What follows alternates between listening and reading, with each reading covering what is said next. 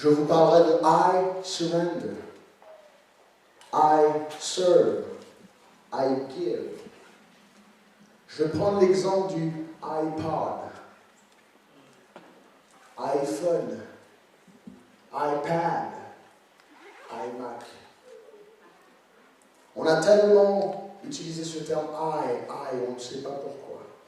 Et aujourd'hui, j'ai envie de partager ce thème, I live. L'iPod est quelque chose d'extraordinaire. Beaucoup d'entre nous avons un iPod, des fois iPhone, iPad, iMac, quoi d'autre? iTunes. Et là, nous pouvons mettre plein de musique et des milliers de choses et de photos dans nos mains, transporter nos vies et tout ce qu'on aime. Et pourtant, cet iPod n'est pas un objet magique. Il a besoin de puissance. Il a besoin de fonctionner correctement. Et la chose qui apporte la puissance à ce iPod, c'est sa batterie. Mais comme vous le savez, les batteries ont une durée de vie. Même si par rapport à la science, les batteries aujourd'hui durent de plus en plus longtemps, mais une batterie d'un iPod ne peut durer que entre 12 et 14 heures seulement. Et ne peut être rechargée que 500 fois seulement. Après, l'iPod ne sert plus à rien. Rappelez-vous, aujourd'hui mon thème c'est I live. J'aimerais que tu l'écris comme ça sur le projecteur, qu'il voit le grand I live. J'étais en train d'étudier, de rechercher un petit peu ce que je vais partager pour tous ceux qui vont prendre leur baptême aujourd'hui. Et je me suis dit qu'ils se baptisent parce qu'ils veulent vivre. Ils se baptisent parce qu'ils ont décidé de vivre. Alors tu peux dire, en retournant sur l'iPod, que en fait la vie de l'iPod, c'est sa batterie, n'est-ce pas? La vie d'un téléphone, c'est sa batterie. La vie de toute chose, c'est sa batterie. Aujourd'hui, nous sommes en train de construire des voitures, mais la vie de ces voitures électriques, c'est leur batterie. Alors, quand j'observais le iPod, je me suis dit, pour faire la série de messages, je vais sur Internet pour observer et rechercher les plus grands des issues, des problèmes et des complaints, des plaintes qu'on apporte chez Apple, c'est au sujet des batteries. Ça, c'est un connaisseur. J'ai observé et le fonctionnement est parfait. On ne parle jamais de l'écran, on ne parle jamais des fonctions, on ne parle jamais de l'écran qui bloque. Et toutes les plaintes que Apple reçoit est toujours à propos des batteries.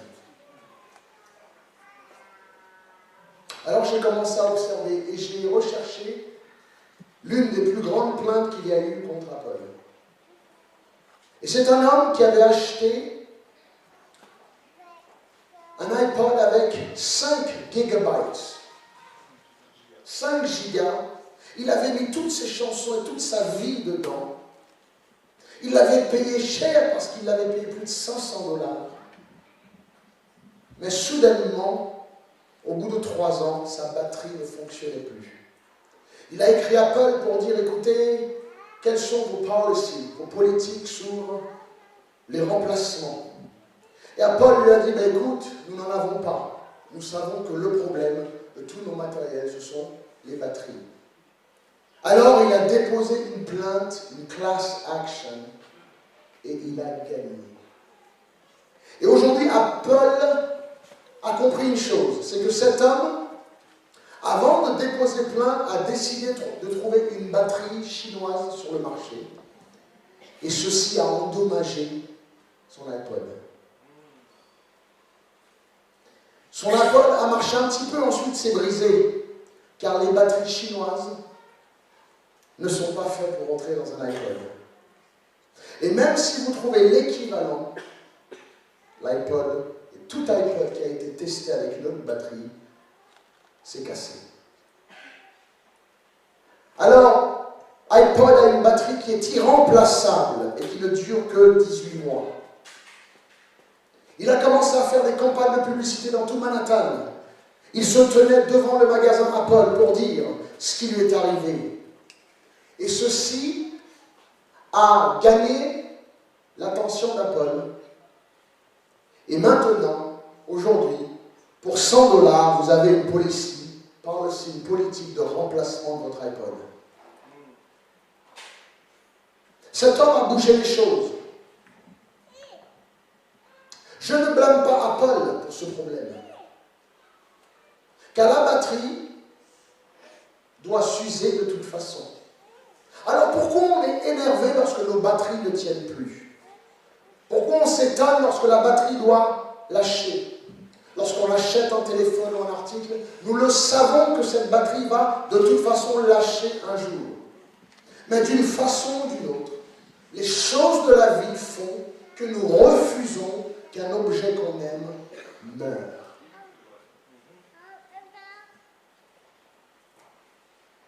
Nous refusons que l'objet que nous apprécions tant décède. Et cela explique que nous, intérieurement, nous avons du mal à accepter la mort. Il y a un homme qui a dit « J'ai peur de mourir. Je n'aborde pas la mort avec enthousiasme. Mais malgré tout, j'ai peur de mourir. » Freud a dit, qui est le père de la psychiatrie, a dit « Finalement, la mort est douloureuse. Mais il n'y a rien que nous ne pourrons jamais faire au sujet de la mort. » La Bible nous enseigne une chose, c'est que nous tous, nous devrions mourir et nous devons mourir un jour. Nous avons comme une batterie, une date d'expiration. Si nous savons que tout meurt, moi qui aime les animaux, j'ai toujours eu des Great Danes, des Danois, Dogue allemand. Ça ne vit qu'entre 5 ans et 7 ans. C'est malheureux lorsqu'on sait que dans notre vie, nous allons perdre cet animal. Lorsqu'il a déjà 2 ans, nous savons qu'il n'en reste que 5. Lorsqu'il a 5 ans, nous savons qu'il n'en reste que 1. Et chaque jour est un don. Aujourd'hui, ce matin, nous sommes là. Et j'ai décidé d'affronter la mort d'un autre point de vue. Nous allons vous montrer, selon la Bible, que la mort ne doit pas nous effrayer si nous changeons de batterie aujourd'hui. Okay. Jésus est venu afin de nous libérer de la mort. Jésus a compris qu'une chose était nécessaire, c'est de changer cette batterie qui est en nous et de la remplacer par une batterie éternelle.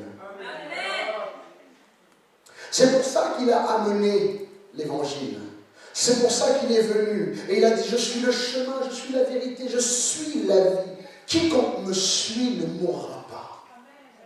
Car il savait que l'homme avait une date d'expiration, que l'homme, d'une façon ou d'une autre, dans Jean 14, verset 6, doit mourir. Et dans Jean 14, verset 19, il dit, parce que je vis, toi aussi tu vivras. Lorsque l'homme a péché, Dieu est venu, comme je vous l'ai expliqué, et il va maudire l'homme. Il va lui dire, parce que tu as fait cela, manger de ce fruit, poussière tu retourneras. La mort est la conséquence d'une malédiction. Et la première chose que Dieu a fait pour punir l'homme, c'est tu mourras. Mais dans Jean 3,16, la première chose que Dieu va faire pour sauver l'homme, c'est quiconque croit en lui ne périra pas, il aura là. Il y a quelque chose que Dieu va restaurer en nous, qui fait que si nous acceptons Christ, il restaure ce qui a été mis en nous.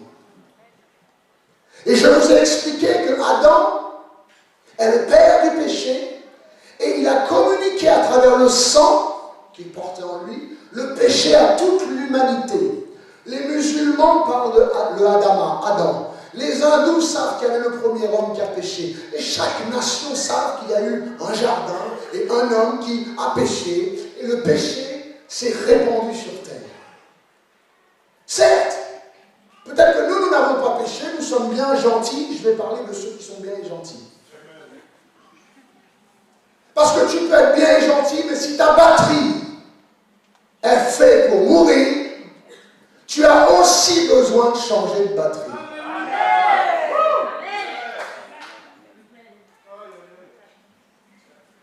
Je vais te parler de ce que c'est que la batterie humaine. Car je vais sauter un petit peu et te dire que la batterie de l'homme, c'est son âme. Et cette âme qui est en toi est comme l'iPod. Il est fait d'origine et n'a qu'un laps de temps. Et tu dois arriver à inviter Christ en toi pour que tu puisses dire, non plus moi, mais Christ qui vit.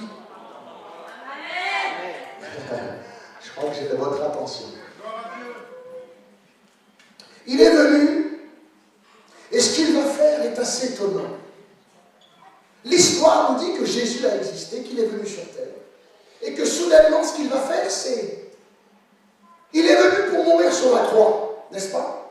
Et la croix, on pense que la croix, c'est ça qui nous sauve.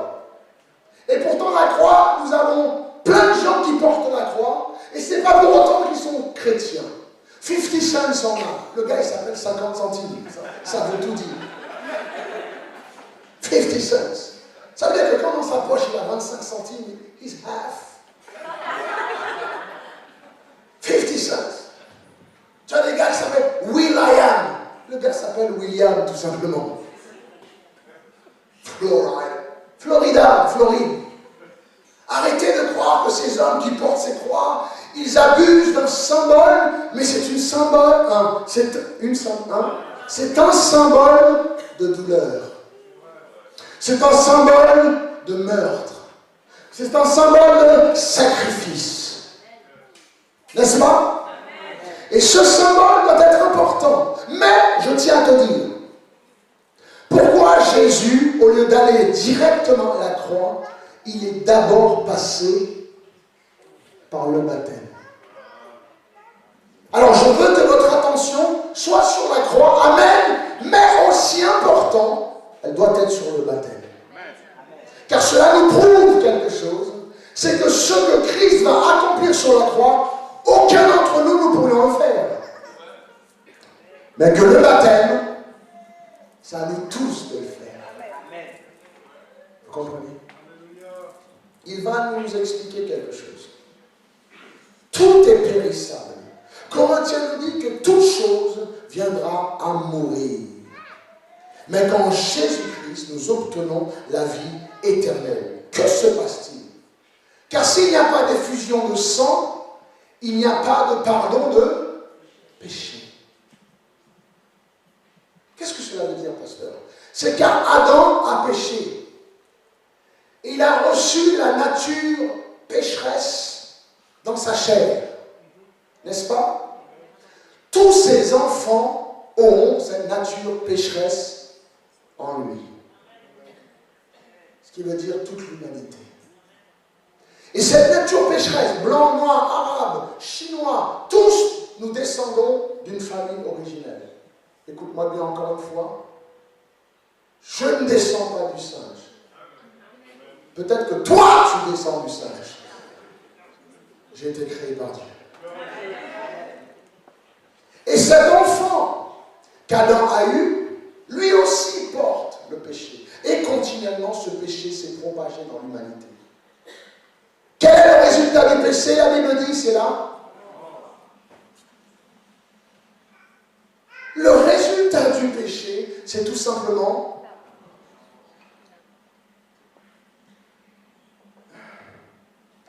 je vais vous choquer, vous êtes prêts? Tu ne vas pas en enfer parce que tu as péché. Tu vas en enfer parce que tu as refusé le remède pour le péché.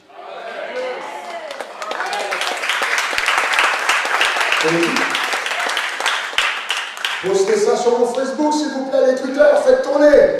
Vous n'irez jamais en enfer parce que vous avez péché. Je ne suis pas un homme parfait devant vous. Il ne l'est pas non plus. Et si, l'église était parfaite, vous étiez tous parfaits. Mais dès que j'ai mis les pieds dedans, comme je suis imparfait, elle est devenue imparfaite. Donc nous sommes tous au même niveau.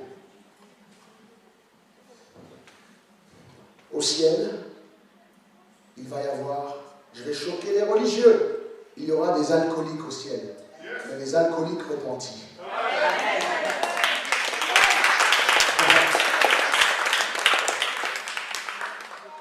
Il y aura des brigands, des voleurs, des meurtriers repentis.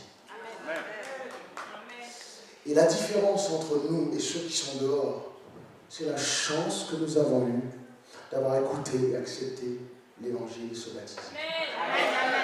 Nous ne sommes pas meilleurs que les autres. Nous ne devons pas nous comporter meilleurs. Quand je vois quelqu'un dans la rue, je ne suis pas, je suis pasteur. En plus de ça, je suis docteur en théologie. Non. Je les regarde en disant, plus il y a la connaissance que j'ai, c'est plus ce qui m'est requis. Et je dois me vider de ce que Dieu m'a donné pour leur faire comprendre une chose, c'est que je ne suis pas plus différent qu'eux. Alors, pasteur, à quoi sort le baptême? Regardez. Vous qui allez vous baptiser tout à l'heure, ce baptême-là ne va absolument pas te rendre plus belle ou plus beau. Alors, à quoi ça sert? C'est prerequisite, c'est un prérequis pour entrer au royaume. Alléluia. Lorsque tu mourras. Donc, ce baptême que tu fais aujourd'hui ne changera jamais une chose physiquement de ta vie aujourd'hui. Mais de la même façon que tes parents, ta maman, l'Église, qui est l'épouse de Christ, une femme donne naissance à un bébé, et tout de suite, la nurse, l'infirmière passe et dit, c'est quoi son nom? Et l'inscrit dans le registre des hommes. Tu sais où je vais. De la même façon, tu vas rentrer dans cette eau, et en ressortant, l'ange du Seigneur sera là pour dire, Seigneur, c'est quoi son nom?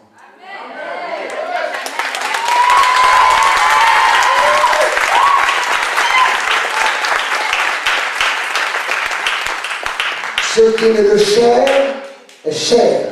Ce qui naît de l'esprit est l'esprit. Là, tout de suite, vous qui n'êtes pas baptisés, vous êtes les enfants de vos parents. C'est eux qui ont autorité sur vous.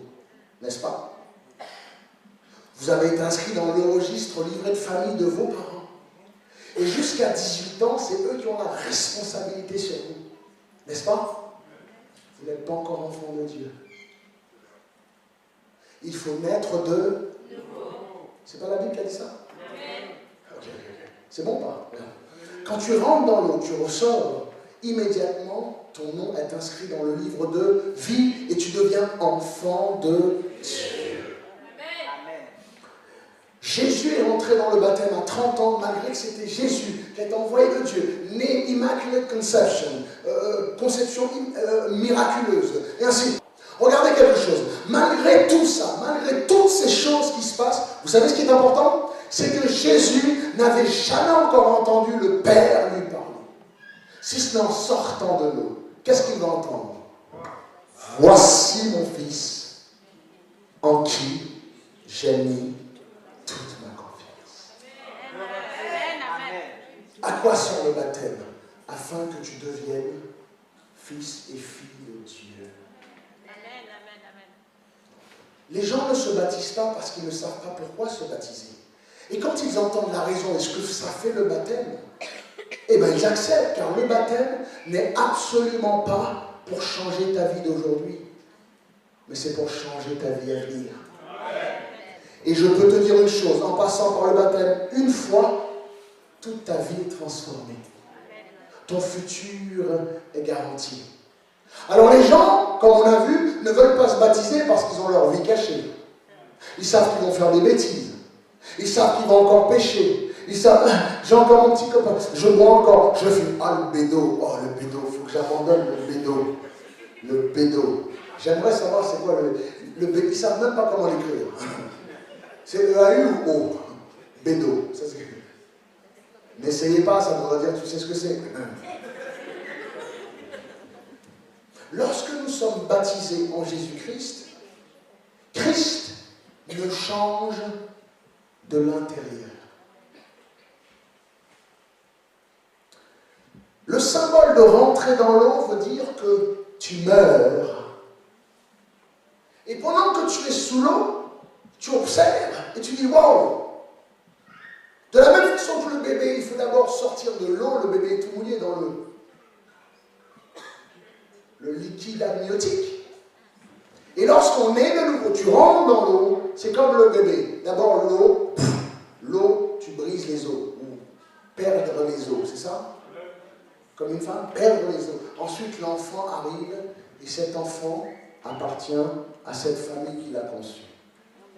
Et bien spirituellement, c'est la même chose. Et Christ va dire une chose, ce qui est né de chair est chair. Et ceux qui aiment Dieu et qui adorent Dieu doivent l'adorer en esprit et... Et Jésus va dire, en vérité, je te dis, si tu ne nais pas d'eau et... Tu ne peux pas. Car nous serons toujours les enfants de nos parents.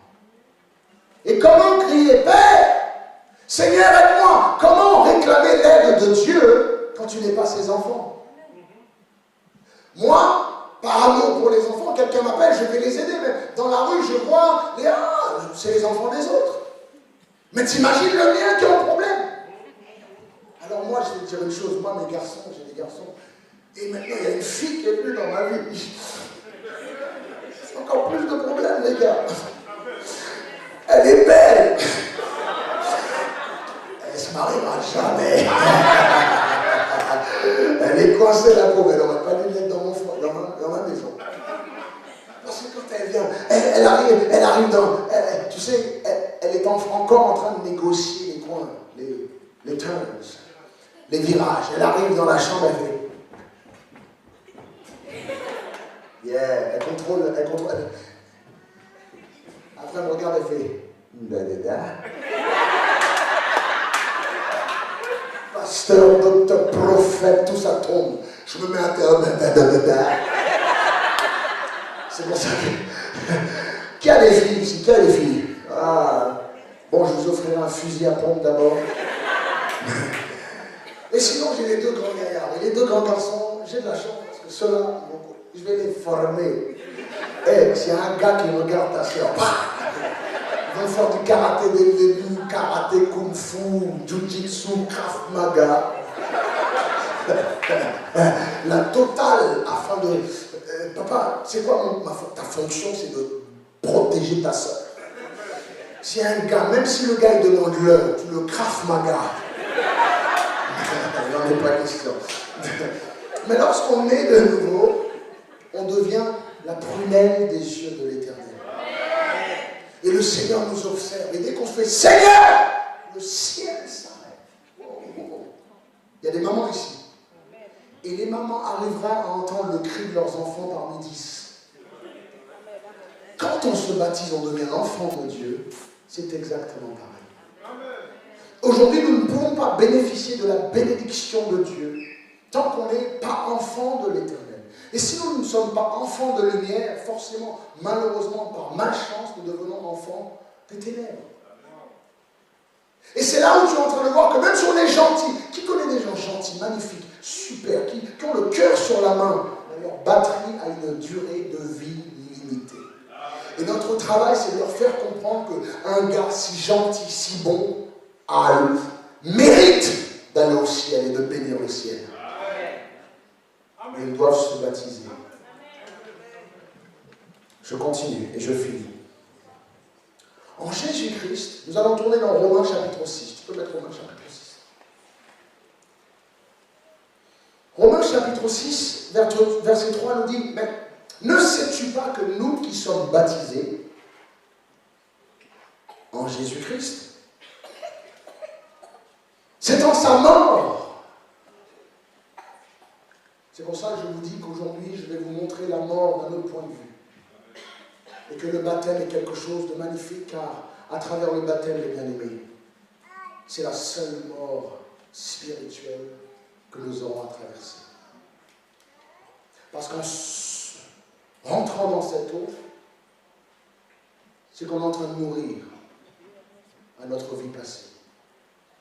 On est en train de mourir notre certificat humain de ce monde où l'ennemi de notre âme avait le contrôle sur nos vies, que le Satan, Lucifer, cet ange déchu là, ce chantre déchu qui a plus de boulot et qui cherche du boulot, il n'en aurait pas dans cette église, amen. Il n'en aura pas non plus dans ton foyer, amen. Quand il vient pour du boulot, tu fais, ça tu es où là? Comment on dit ça comment on dit en congolais? Bima! En haïtien? Recticola! En guadeloupéen? Sorti où là? En maintenant langage jeune. Oh wesh! Oh! Les jeunes! Oh! Quoi d'autre encore? Basta! Oh! Machav, Nachav. Quand on est de nouveau, et je vais aborder, c'est bon, il y a l'eau, c'est chaud, c'est chauffé, tout ça en bien. Quand on aborde le baptême, en se baptisant, nous devenons enfants de Dieu. Et nous sortons de l'eau avec quelque chose dans nos vies qui est extraordinaire. C'est une vie éternelle. Ne savez-vous pas que lorsque vous vous baptisez en Jésus-Christ, c'est ce que nous allons faire, c'est en sa mort que nous avons été baptisés. C'est bon. Oh, hey, no, no.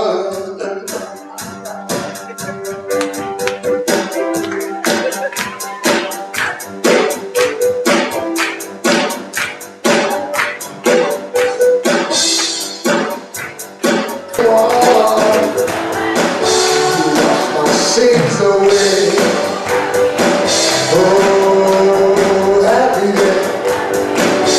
He taught me how to walk and pray. Pray now. And in return,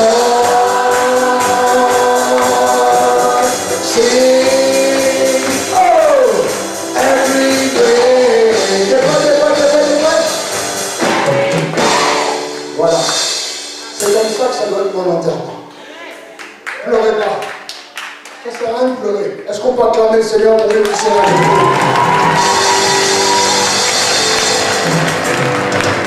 C'est grâce à vous. C'est grâce à votre foi.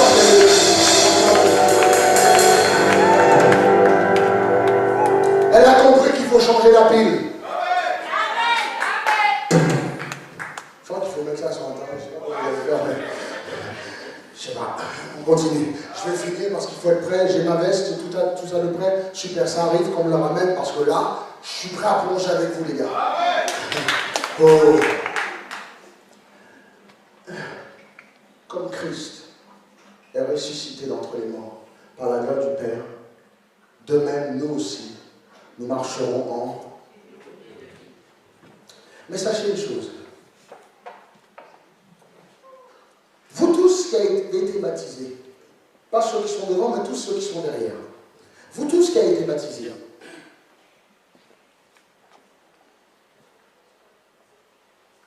Es-tu ressorti de l'eau quand le monsieur t'a plongé dans l'eau? Ben, c'est normal puisque tu es là. Sinon tu ne seras pas là, non, n'est-ce pas?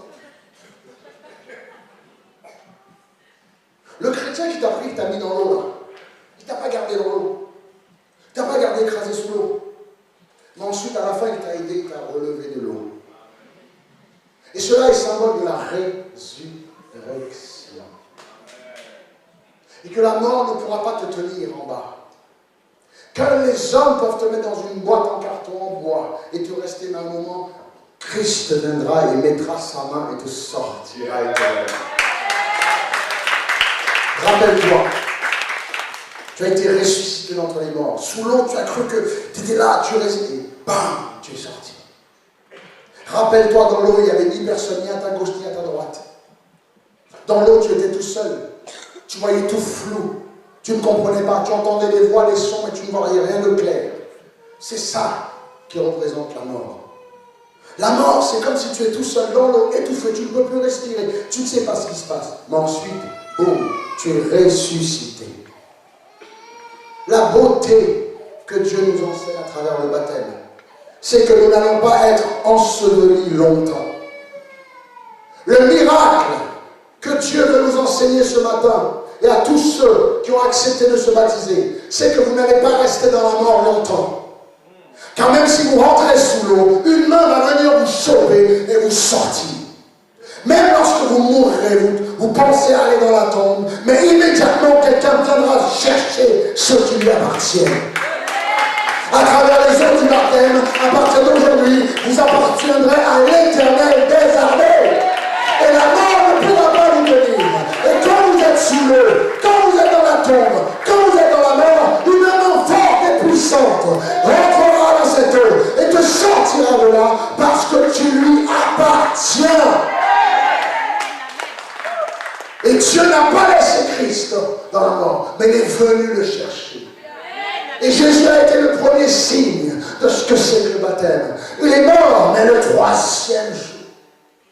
Lorsque les anges faisaient la fête, lorsque les anges déchus faisaient la fête, je veux dire, lorsque les hommes croyaient qu'ils ont fermé le bec de ce monsieur, lorsqu'ils ont cru qu'ils avaient été victorieux et que c'était fini, soudainement, tellement que les hommes ont flippé, ils ont cru, ils ont même mis une grosse pierre devant la tombe, en pensant que la pierre allait résister et garder Jésus. Écoute-moi bien. Écoute-moi bien. La pierre n'a pas été roulée pour laisser les hommes voir qu'il n'était pas là. Ou pour Jésus sortir. Cette pierre que les hommes ont cru, il fallait boum. Et une pierre qui est tellement grosse que personne ne pouvait la... Il fallait 4, 5, 6. Tu penses que c'était pour bloquer Jésus? Tu penses?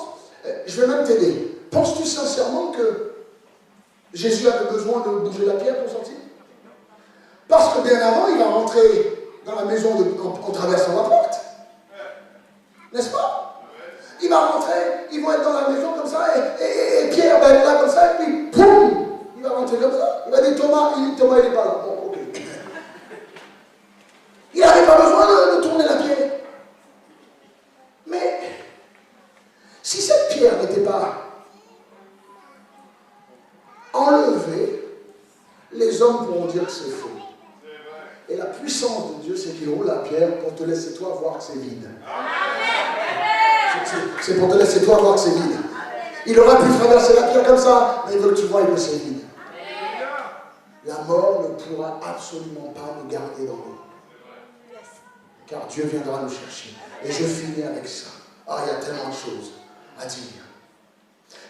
Ce mandat que nous avons, nous, l'Église, à expliquer ce que c'est que le baptême, c'est que Dieu va prendre ton ancienne vie, cette ancienne source de batterie qui te fait vivre.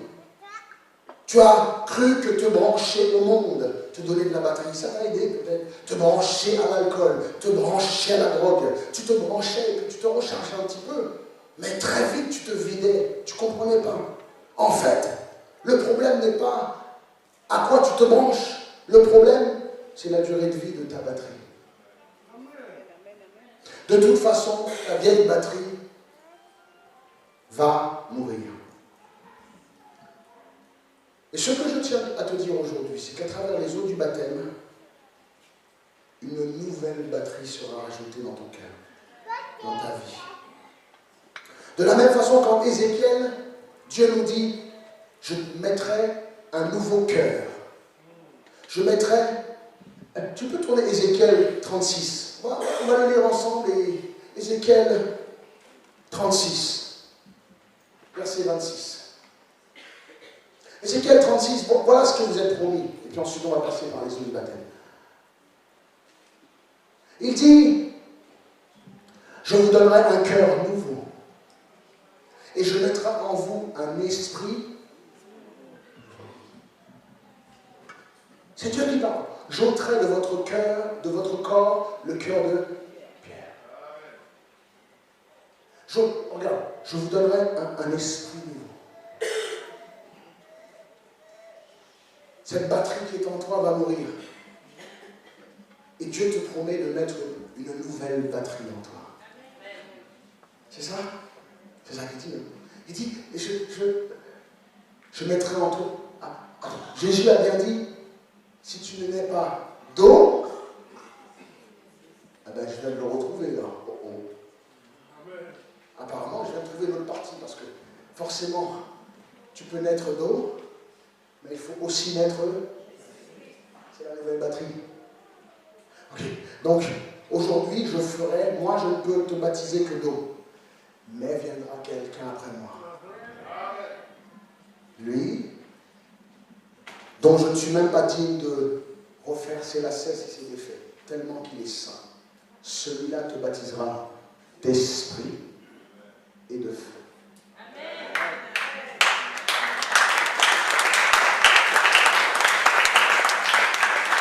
Ce que Romains 6 voulait nous dire, n'essaye pas de remettre la vieille batterie à l'intérieur. Trop de gens veulent venir à l'église, mais veulent encore leur vieille batterie. Alors il va se passer une chose, et là, je vais te le dire clairement. C'est que lorsque tu prends ton iPod et tu l'envoies en réparation, on met une nouvelle batterie dedans, forcément tu perds toutes tes musiques.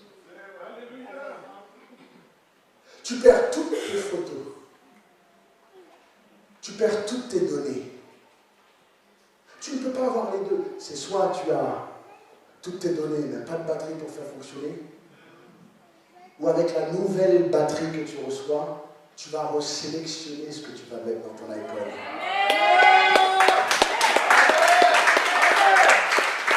Tu vas rechoisir ce que tu vas mettre dans ton iPod.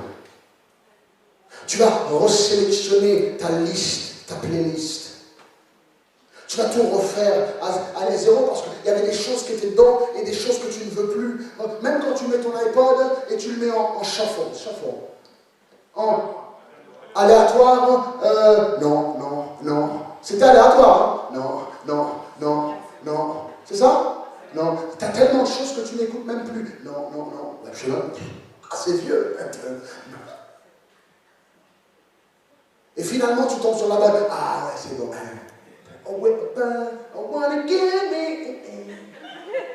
Et dès que la chanson est finie, tu veux vite faire rembobiner pour la voir. Et bam, aléatoire. Non. Mais sache que lorsque tu viens à Christ, l'Éternel va faire la sélection pour toi. Et je te dis, ne remets pas la vieille batterie. Ce que vous avez décidé de faire aujourd'hui, c'est un grand pas. C'est un grand pas. Lorsque tu vas rentrer dans l'eau qui représente la tombe, et tu vas ressusciter de l'eau qui représente la résurrection, la nouvelle vie, tu ne seras plus du tout le même. Il y a plein de choses dans ta vie qui vont être vidées. Et Dieu va te donner ce don, ce cadeau qu'il t'a promis. C'est ta promesse pour vous. Tout à l'heure, pour les baptisés, après qu'ils sont baptisés, on les voit en bas, je vais leur offrir un livre de prière, je vais leur offrir une Bible pour que sinon on parle. Je vais leur offrir plein de choses. Mais tout ce que je peux t'offrir ne pourra jamais être égal à ce que Dieu t'a promis. À vous, il a dit, je vous donnerai un cœur nouveau. Et je mettrai en vous un esprit nouveau. Car pour Dieu, l'esprit qui est né et que ta mère t'a conçu et tu vivais n'est pas bon pour le ciel. Car il ne tiendra pas. Il a une date d'expiration. Nous sommes tous voués à voir la mort. Alors, si les hommes pensaient pouvoir mettre un nouveau cœur, une nouvelle vie, en fait, nous sommes en train de changer les touches, de mettre une nouvelle façade, voire même de mettre une nouvelle coque. Cela ne change toujours pas la vie de l'iPod. Alors je te pose la question aujourd'hui, qu'est-ce que tu veux changer? Ta façade ou la vie? Tu veux apparaître plus neuf ou vivre plus longtemps? Il y en a qui disent, oh, mais si je viens à Dieu, je vais devoir arrêter de fumer, de boire, ceci, cela. Ou bien, pasteur, moi je connais des gens qui sont tellement gentils. Comme je t'ai dit, ils ne pourront pas aller au ciel parce qu'en fait, c'est leur batterie qui ne durera pas aussi longtemps.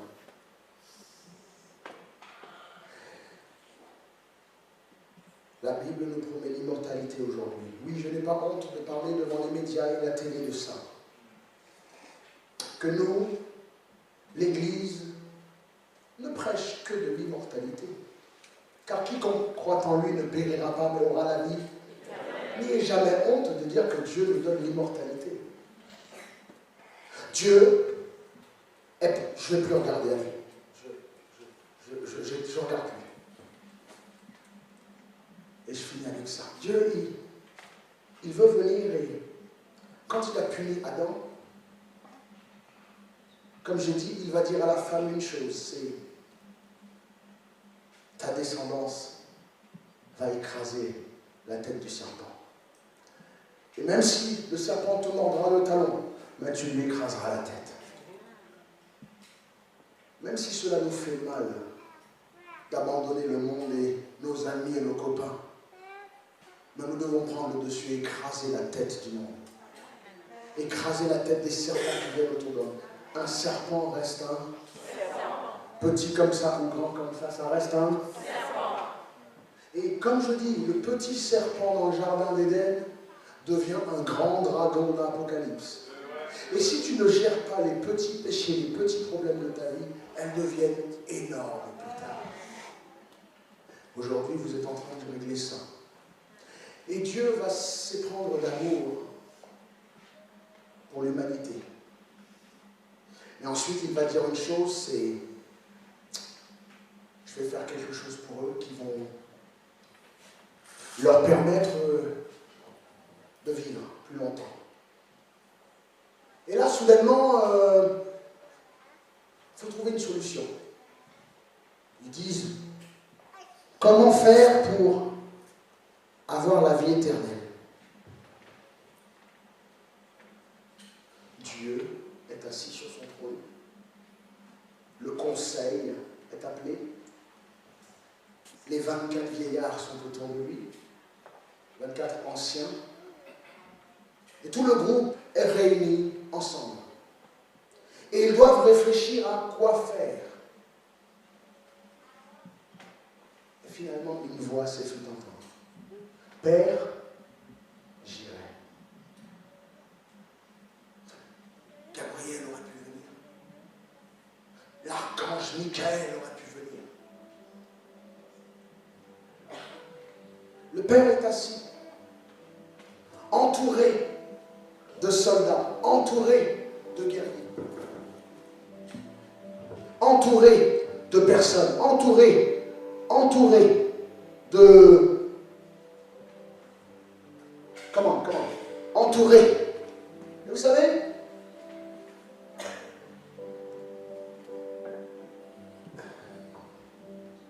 cette phrase retentit, j'irai.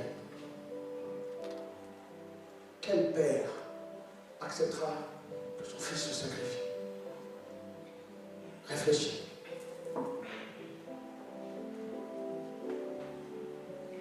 Réfléchis.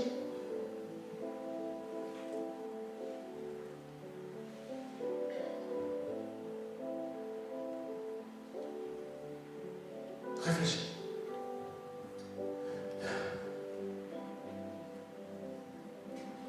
Tu as dit quoi, Jésus? Les anges sont choqués. J'imagine Gabriel qui se lève, qui dit non, non, non, non, non, non, non, non. Seigneur, nous irons. Jésus regarde son Père et dit, Père, tu le sais, sans effusion de sang, il n'y a pas de pardon de péché. Père, la punition que tu as donnée à Adam, cette malédiction a été installée dans notre sang.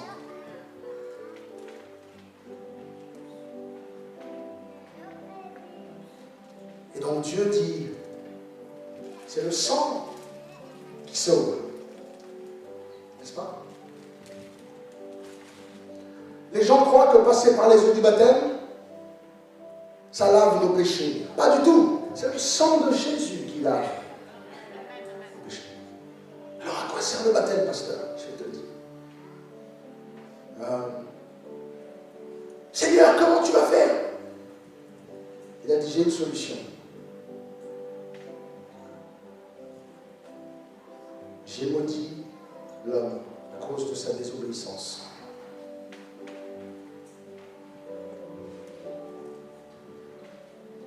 Mais chez la femme, j'ai béni la femme en lui disant que ta descendance écrasera la tête du serpent.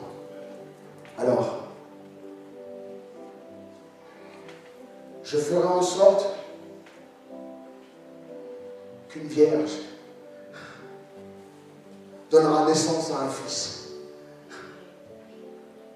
Une vierge parce que je ne veux pas que le chromosome de l'homme passe la malédiction à cet enfant encore. Vous voyez où je veux en venir. Alors je vais permettre à ce qu'une vierge, quelque chose d'inconcevable, qui ne s'est jamais accompli. Car l'homme sera avec sa femme et ils deviendront une seule chair. La naissance normale d'un bébé, une seule chair.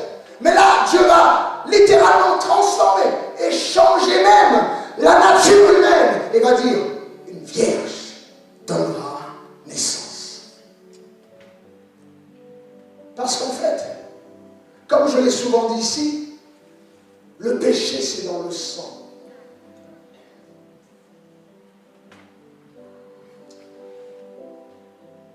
Dieu va même dire pour les animaux que l'âme de l'animal est dans son sang. Qu'il ne faut pas manger. Les Antillais, il ne faut pas manger du boudin.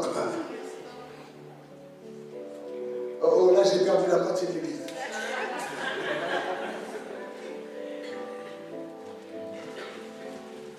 Qui trouve que le boudin... qui aime bien le boudin rouge?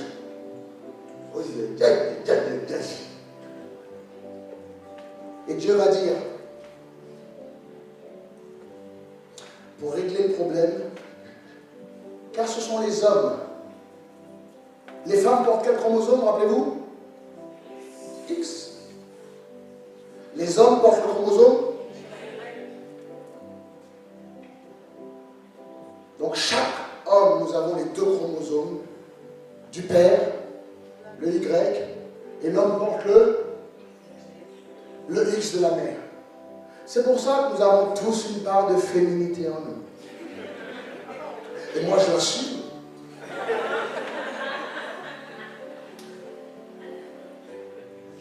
Mais les femmes n'ont que le chromosome X, pas d'Y. Donc Dieu va décider de réparer. Dieu va décider de restaurer l'humanité en envoyant une vierge. Marie n'avait que 16 ans, fiancée à un homme Joseph. Avant même d'avoir connu, l'ange est venu et a dit, écoute Marie, tu es bénie d'entre toutes les femmes. Tu porteras un fils. Tu lui donneras le nom d'Emmanuel. Dieu avec nous. Il libérera le peuple du péché. Et quiconque croit en lui le reçoit. Ne périra plus, il aura la vie. Car Adam mourrait à cause de son chromosome. Tu retourneras à la poussière et toute ta descendance avec toi. Donc tous ses enfants sont morts. Mais Jésus arrive et il ne porte le chromosome X de sa mère et le Y vient de Dieu lui-même. Et maintenant que j'ai Christ en moi, ce n'est plus moi qui vis, mais Christ en moi. Alors que diront-on? Que ni la mort, ni la vie, ni les hauteurs, ni les profondeurs, ni les anges, ni les monts, rien ne pourra nous séparer de l'amour de Dieu le Père ou nous manifester en Jésus-Christ le son Fils. Et je suis venu à Jésus.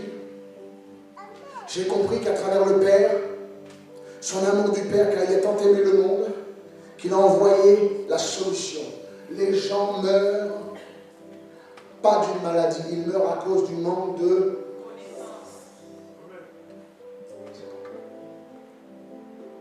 mon peuple meurt par faute de...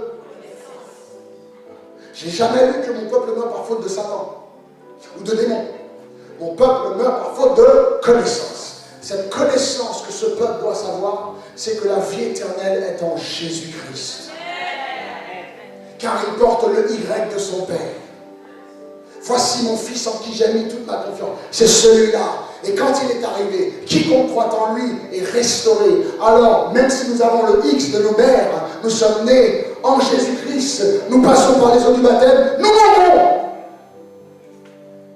Et la chair est là, nous ressortons, mais cette fois-ci en ayant le A, parce que c'est la descendance d'Adam qui devait mourir. Et aujourd'hui, nous pouvons faire ce schéma-là et de mourir.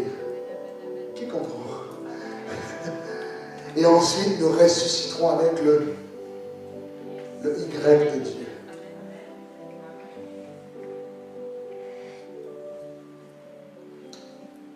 Tu finis avec Jean 3,16. Car l'Éternel a tant aimé le monde qu'il a donné son Fils unique. Dieu le Père a tant aimé le monde. Il a tant aimé le monde qu'il a donné son Fils unique.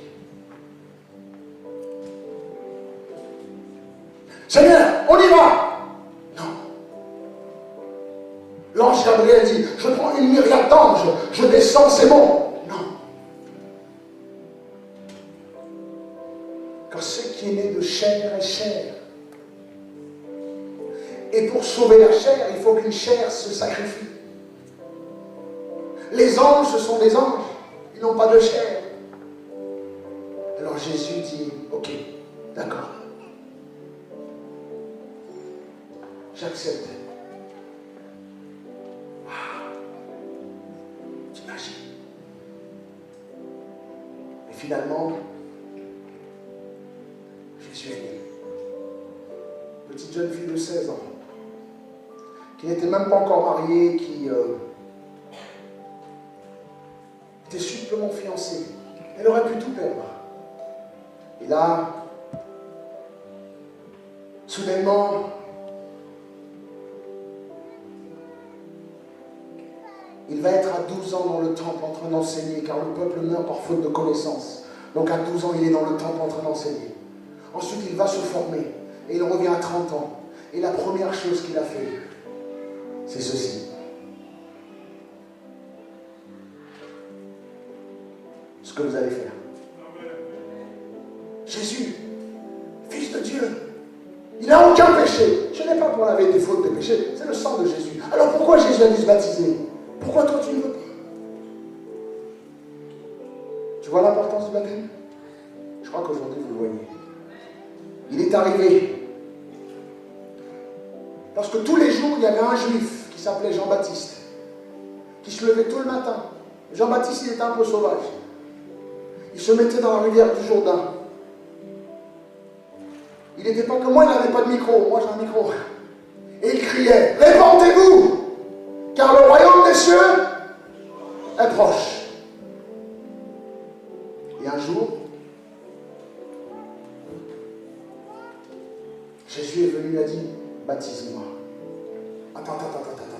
Tu es le Fils de Dieu. Je sais qui tu es. Tu es celui dont je ne peux même pas toucher les lacets. Tu es le Fils de Dieu envoyé pour sauver l'humanité. Il a dit, certes, mais baptise-moi. Pourquoi? Parce que c'est à travers le baptême qu'il pourra sauver l'humanité. À travers la croix, il a tout simplement payé le prix. Tu viens de comprendre? Ça, ce n'était pas toi qui l'as envoyé là. Oh, c'est sa Satan qui a crucifié. C'est là, Satan n'a pas assez force pour faire ça. C'est pas 3 clous qu'il a gardé sur la croix. Fils de Dieu, qui ressuscite les morts, chamboule les tempêtes. Tu vois, 3 clous va le garder. Quelques heures avant, il disait, Père, non, je ne veux pas, Père. Non pas ma volonté, mais ta volonté, Père. Retire cette coupe. Le Père a refusé. Jésus, tu avais décidé de payer le prix pour l'humanité.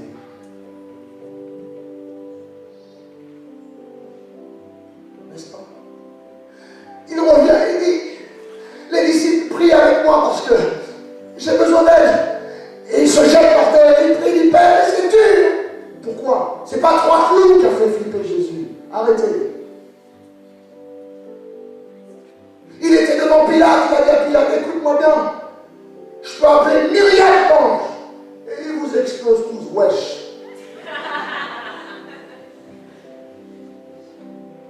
Qu'est-ce qui va forcer? Il a dit, tu ne prends pas ma vie. Are you kidding me? Are you crazy? C'est moi qui la mets à la croix. Pourquoi? C'était une affaire entre lui et son père. Tu vois? Et j'aurais aimé que l'Église connaisse l'histoire merveilleuse de la croix. Car c'est l'histoire entre un homme et son fils. C'est l'histoire entre un fils et son père. Et la dispute est dans le jardin de Gethsémani. Je ne veux pas y aller, papa. Son père a dit, tu vas. N'est-ce pas? N'est-ce pas? Non, pas ma volonté, Père. Ta volonté, d'accord. C'est si tu veux, mais si c'est moi, non, pas ma volonté. Seigneur, par 3 fois, tellement qu'il résistait, les veines ont éclaté. Tu l'as lu aussi? Je vous raconte des fables ou c'est ça? Il ne voulait pas y aller. Et finalement, il dit, ok, j'y vais. Et quand ils l'ont chopé, il n'a pas dit un mot. Il n'a pas parlé une fois. Il a regardé Pilate, c'est là qu'il a parlé pour la première fois. Il a dit, écoute, arrête, oh, j'appelle du monde, c'est chaud. J'appelle toute la cité, c'est chaud pour toi. Et il s'est tué, martyrisé, battu par un cri. Ce n'est pas nous qui le battions. Mais la Bible dit qu'il a plu au Père. De quoi? Vous lisez pas alors. Le peuple certainement meurt par faute de connaissance. Et si tu savais ce que c'était que l'importance du baptême, tu aurais invité tous tes amis et ton école et tes meilleurs amis. Tu ne peux pas me dire meilleur ami et que tu m'aimes tellement et pas m'inviter à un baptême. Car à la croix, c'est entre Jésus et son Père. La dispute, c'est entre eux deux. Nous ne pouvons rien faire. C'est pour ça que tous les disciples ont fui. Quel que soit ton ministère, l'évangile, nous ne pouvons rien faire. C'était entre son Père et lui. Jusqu'à ce que les disciples s'endorment. C'était entre lui, les anges n'ont pas bougé. Personne. C'était entre lui et son Père. Et quand finalement il a accepté sa destinée, les anges sont venus. Et quand ils l'ont cloué, il n'a pas dit un mot. Et quand ils ont levé la croix, il a dit, Père, c'est bon, t'es content? Tout est à. C'était bien entre lui et son Père, n'est-ce pas? Père, pourquoi m'as-tu abandonné? La discussion, c'est avec nous? C'est avec nous. Il a dit, Père, pardonne-les. Pardonne-les. Pardonne-les, c'est bon. J'ai payé le prix, alors pardonne-les, car ils ne savent pas ce qu'ils font. Ils crient de douleur. Parce que la croix, c'était un chemin, c'était un portail pour aller plus loin. Ensuite, il dit, maman, je te laisse entre les mains de ce disciple. À la croix, la famille est réarrangée. Mon petit frère, il est de la Côte d'Ivoire. Ma grande sœur est de la Guadeloupe et Martinique. La famille est arrangée. Jésus est à la croix et il va dire à Marie, voici ton fils et voici ta mère. Allez. C'est pour ça que quand on arrive à l'église, on est une nouvelle famille. À la croix de Jésus, il y a une nouvelle, il n'y a pas de racisme. On est une famille. Et quand il a réarrangé la famille, Il va regarder et dire, tout est accompli. Et regarde, entre tes mains, je remets mon esprit. Et l'esprit l'a quitté. L'enveloppe charnelle est restée sur la croix. Mais l'esprit était déjà bien loin. Il est parti faire son travail et la mission qu'il avait, c'est qu'il ne payait pas le prix que pour tous ceux qui sont dans notre génération, dans le futur. Il devait aller aussi payer le prix pour ceux qui sont dans eux depuis Abraham. C'est pour ça qu'au troisième jour, quand Christ est ressuscité, les tombeaux se sont ouverts. Il les a vidés aussi. Ceux qui croyaient, qui étaient dans le sein d'Abraham, il a vidé le sein d'Abraham. Et il nous a emmenés là-haut.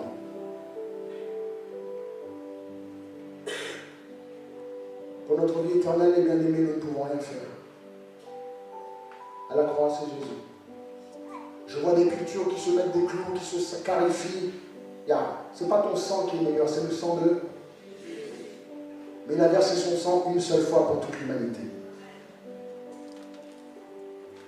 Ça, c'est payer le prix. Amen.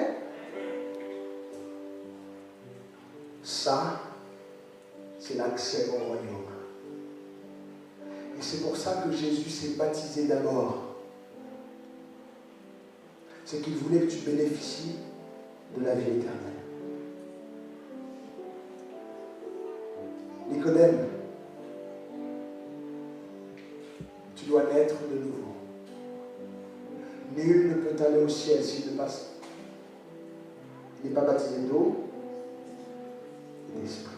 Que tu sois blanc, noir, jaune, hindouiste, islamiste, pentecôtiste, dentiste, si tu n'es pas baptisé, tu ne pourras pas aller au ciel. Si j'en ai offensé certains, je m'en excuse pas. Car c'est par amour que je te parle de ça.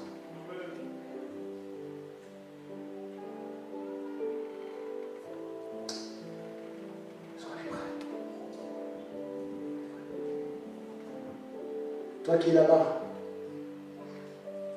qui n'est pas encore venu devant, mais qui dit, mais pasteur, je ne comprends pas tout, mais tu veux dire que si je me baptise, j'aurai la vie éternelle? Oui. Je ne te dis pas de rejoindre mon église. Au contraire, une fois que tu es baptisé, je ne veux pas que tu restes dans l'église. Va faire l'œuvre du Seigneur. Laisse une place pour quelqu'un d'autre. On n'est pas là pour remplir l'église. On est là pour remplir le royaume des cieux. Qu'est-ce qui m'importe? Je dois m'occuper des affaires de mon Père. C'est quoi? C'est le royaume des cieux. Les femmes de Dieu, les hommes de Dieu dans la salle, levons-nous, prions. Car il faut qu'on les arrache. Il faut qu'on prie plus. Maintenant, si tu es assis, tu n'es pas encore baptisé, viens devant. Vas-tu laisser cette opportunité de la vie éternelle? Que tu sois invité, ami, que tu travailles, que tu aies derrière une caméra, pose ça et saisis la vie éternelle. C'est ça qui est le plus important. Ensuite, une fois que tu as sécurisé ta vie éternelle, tu pourras ensuite refaire ton travail.